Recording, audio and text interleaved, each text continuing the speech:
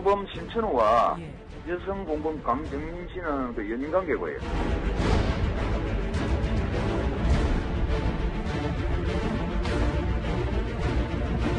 부유층들이 모이는 골프장에서 본인이 일을 하고 있다, 인간관계를 맺고 있다라는 게 이 사람에게는 사실은 동경의 대상?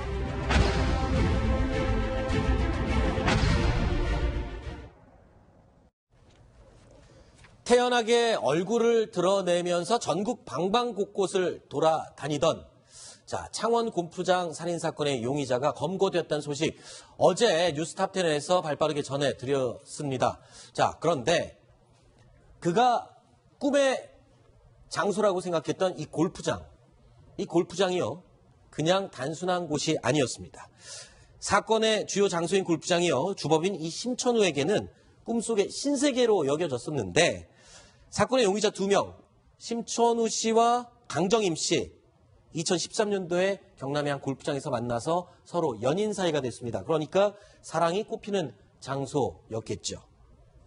그와 동시에 본인을 또 촌동네 사장님이다라고 스스로를 표현을 하고 있습니다. 그리고 너무 늦은 좋은 인생, 어떤 뜻인지 하나씩 짚어보도록 하겠습니다. 일단은 본인을 촌동네 사장님이다라고 표현을 했는데 이게 무슨 뜻입니까? 네, 일단 그 심 씨의 SNS 계정에 나온 얘기입니다. 자신을 가리켜서 한 얘기인데요.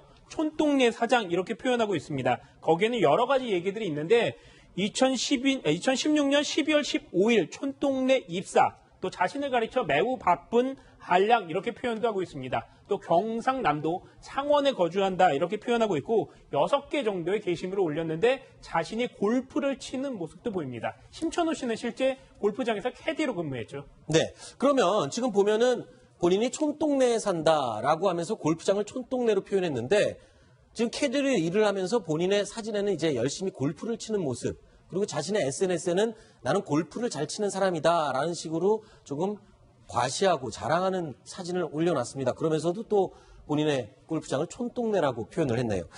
본인이 서 있는 곳을 촌동네라고 얘기를 하면서 골프를 치는 모습을 자랑하는 뭔가 앞뒤가 안 맞는 모습, 어떤 심리일까요? 저희가 범죄심리 전문가에게 물어봤습니다. 들어보시죠.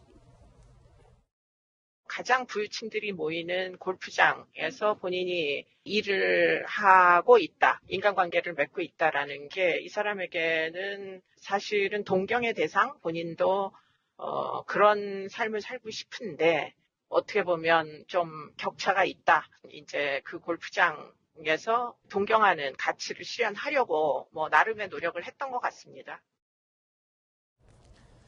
부유한 삶을 동경했던 용의자 심천우. 하지만 SNS를 통해서 드러낸 그의 본심은 또 달랐습니다. SNS를 한번 보겠습니다. 이런 글을 썼습니다. 이게 어떤 내용의 SNS 내용인가요?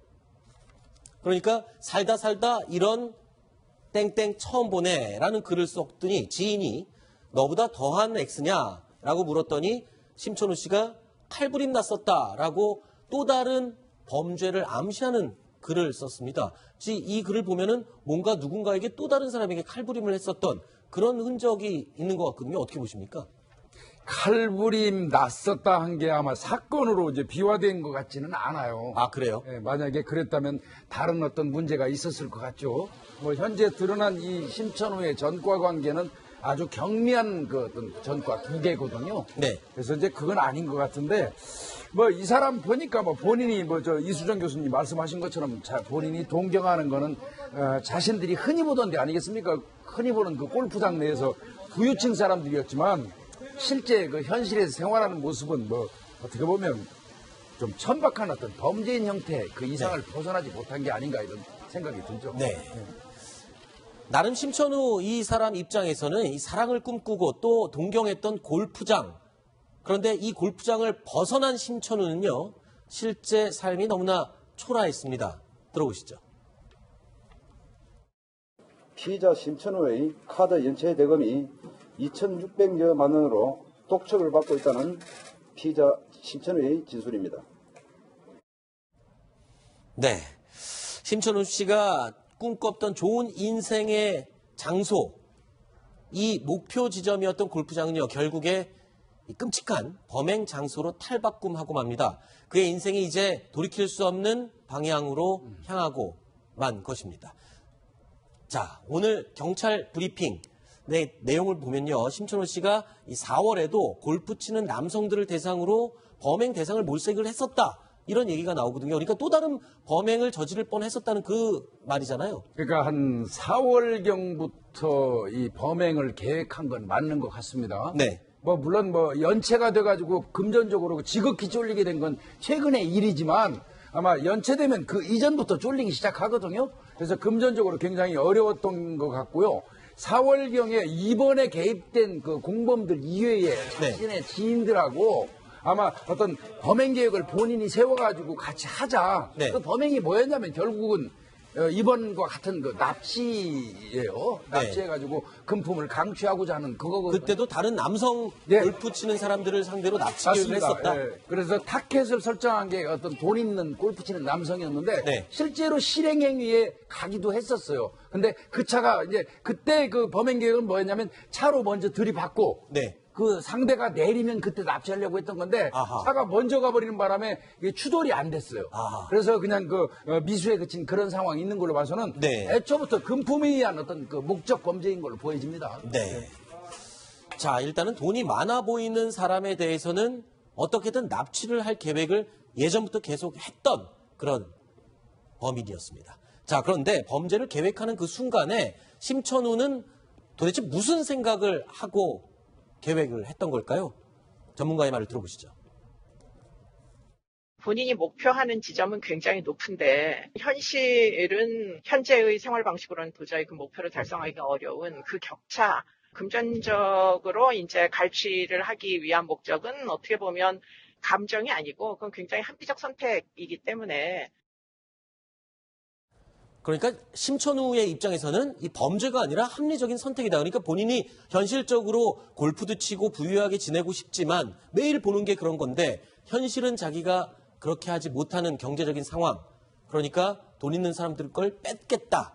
자연스러운 어떤 선택이었다. 이런 설명이네요. 글쎄, 저도 범죄학을 연구하는 사람이지만 그 말에는 좀 동의하기가 좀 어렵습니다. 아, 그래요? 교수님은 어떻게 보십니까? 범죄 행위에 합리적인 선택이라는 걸 갖다 붙이는 게 타당성이 있을까요? 저는 그냥 이번 사건을 너무 확대해서 가지 말고요. 네. 비대에 쪼들리는 어떤 범죄자가 그 금품을 강취하기 위한 범죄 이상 그 이하가 아니라고 봅니다.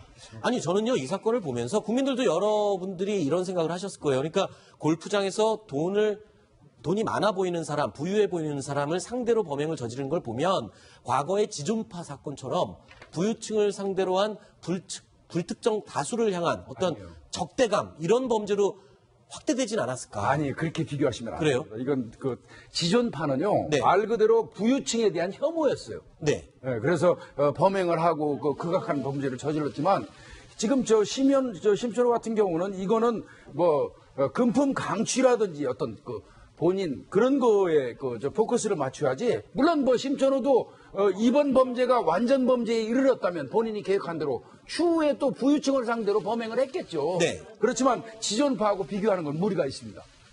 혐오 범죄하고 이거는 다르거든요. 아, 그렇군요. 자, 그런데 이 체포 뒷이야기들을 좀 해보겠습니다. 체포된 뒤에도요, 언론 보도 내용들을 보면은 조금 궁금한 게 많습니다. 그래서 저희가 몇 가지 준비를 해봤습니다.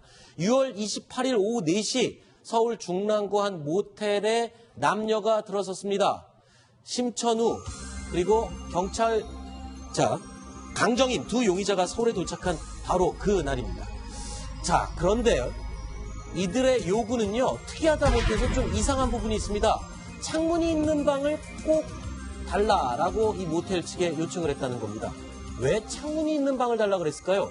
이거는 궁금합니다. 이제 범죄를 많이 다뤄본 사람들한테는 공식입니다. 아, 그래요? 예, 범죄인들이 피신을 할 때 모텔이라든지 건물에 갈 때는 2층 정도의 높이를 원합니다. 네. 언제든지 뛰어내릴 수 있고 창은 그 용도로도 쓰여요. 네. 창을 통해서 2층 정도의 높이에서 뛰어내릴 수 있는 정도. 네. 그다음에 1층 같으면 바로 검거하는 사람이 들어와가지고 검거될 수 있잖아요. 아하. 약간의 시간을 벌 수 있는 게 2층이고요. 네. 뛰어내릴 수 있는 정도의 높이이기도 하고요. 그다음에 또 효율적인 게 있죠.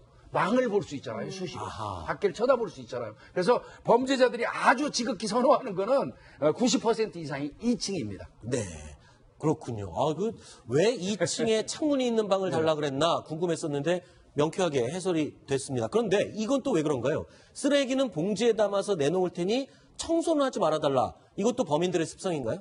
이것도 이제 자신들이 은신하고 있기 때문에 자신들이 노출되는 거를 최대한 방지하기 위해서 네. 마주치지 않겠다는 것이죠. 네. 자신들의 얼굴을 보여주지 않겠다는 그런 의미라고 보면 됩니다. 그렇군요. 자, 그런데요, 두 사람은 대부분의 시간을 모텔 2층 방에서 보냈습니다. 이 투숙 생활도요, 참 이상하다 싶었는데 어땠는지 들어보시겠습니다. 문을 이렇게 막 활짝 열고 이렇게 문건 만든 게 아니고 문도 조금 열고 이렇게 받고 내부도 못 볼 정도로 그렇게 나오고 음식을 시키는데 문 열어가지고 다 받아가는 게 아니고 뜯어가지고 음식을 하는 거예요. 자, 한 달 묵을 방을 달라. 그리고 일주일 동안은 지내겠다라고 요구한 두 사람. 근데 폭우가 내리던 날 갑자기 이틀을 남겨놓고 나갔단 말입니다.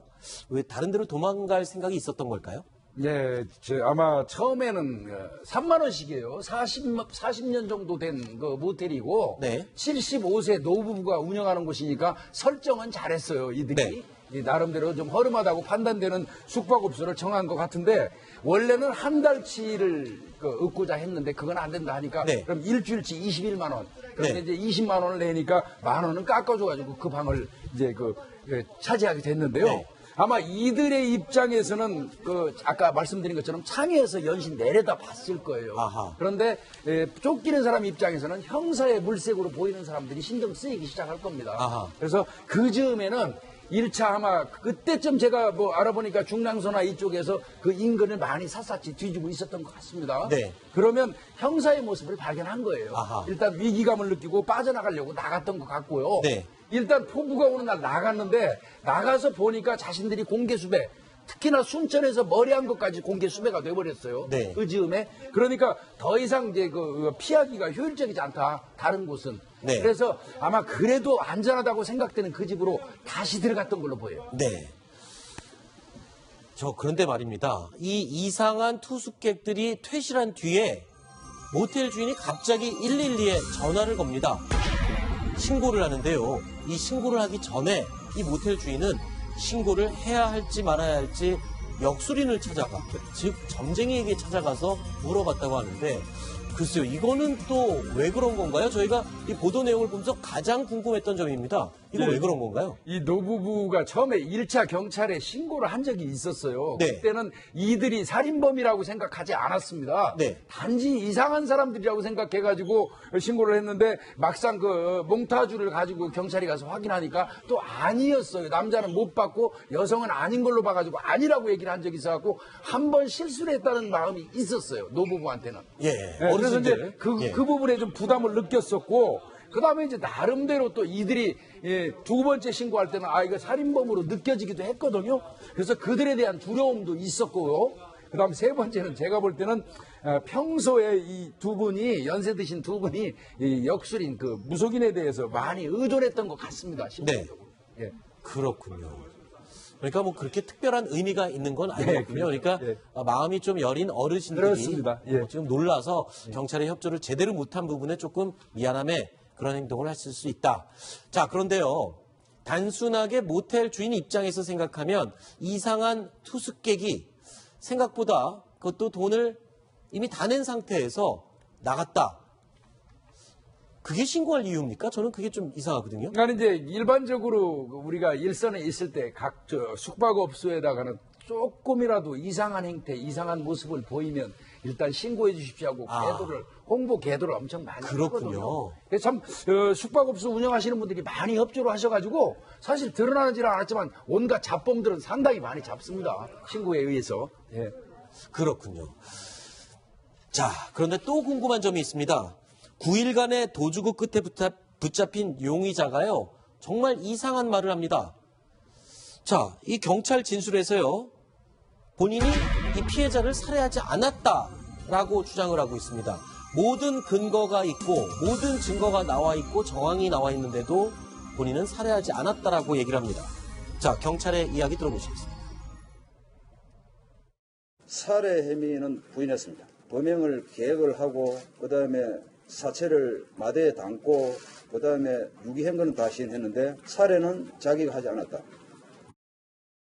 이게 무슨 말입니까? 이거는 제가 보니까요, 참 어리석은 짓인데요. 네. 그러면 살해하지 않고 마대에다가 산 사람을 돌 넣어가지고 했으면 수장시키려고 했나요? 그럼 더 큰 죄네요.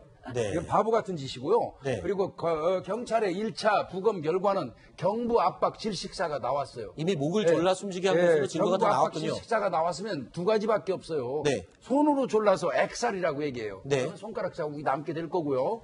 그 다음에 끈으로 쪼았다면 교살이라고 그래서 그것도 이 사건이라고 끈 자국이 남습니다. 그래서 경부 압박 질식사는 명백한 걸로 지금 일단 나와 있고요. 네. 본인은 뭐를 지금 주장하고 싶은 거냐면 강도 살인이 아니라 네. 강도 치사로 가고 싶은 거예요. 형량 차이가 10년 가까이 날 겁니다. 그런 거를 강도 본인이 살인하고 판단할 수가 강도 있나요? 치사가 그 이유가 뭐냐면 살해할 의도가 나는 없었다. 네. 단지 이 사람을 납치해서 입에다 재갈 물리고 테이프를 붙여놨더니 어느 순간 보니까 사망했더라. 네. 내가 살해한 게 아니고 본의 아니게 그냥 그 납치해서 이거 붙여놨더니 테이프를 붙여놨더니 사망했더라. 그러니까 이건 강도 치사다. 네. 예, 고의가 아니다. 네. 이거를 주장하고 싶은 거예요. 자, 심천우의 저런 생각, 논리 어떻습니까? 실제로 처벌에 영향을 줄 수가 있습니까? 더 경감될 수가 있나요? 그렇죠. 지금 교수님 말씀하신 대로 과연 강도 살인이냐 아니면 단순한 강도 치사냐에 따라서 형량 차이가 상당히 날 수 있습니다. 왜냐하면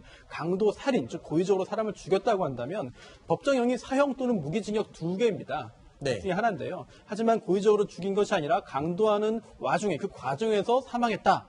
그렇다면 강도 치사죄가 되는데 이거 역시 중형입니다만 무기징역 또는 10년 이상의 징역이거든요. 따라서 둘 사이의 법정형은 차이가 충분히 있다고 볼 수 있고 그런 점을 의식해서 그런 점을 인식하에 한 그런 그 계획적인 발언이 아닌가 생각됩니다. 범죄자들은 저렇게 체포가 되면 어떻게든 감형이 되기 위한 그런 논리를 생각을 해내는 겁니까? 아니면 저런 법률적인 지식을 누군가가 알려주나요? 아유, 생각보다 많이 알아요. 그래요? 자신이 어떤 강도 행위를 하려고 그러면 네. 강도 관련된 거를 요즘에는 인터넷을 통해서 몇 자 두들기지 않으면 다 나오거든요. 네. 뭐 판례까지 나오는 형편이기 때문에 요즘엔 범죄자들도 상당히 그 지식이 많습니다. 법 지식이.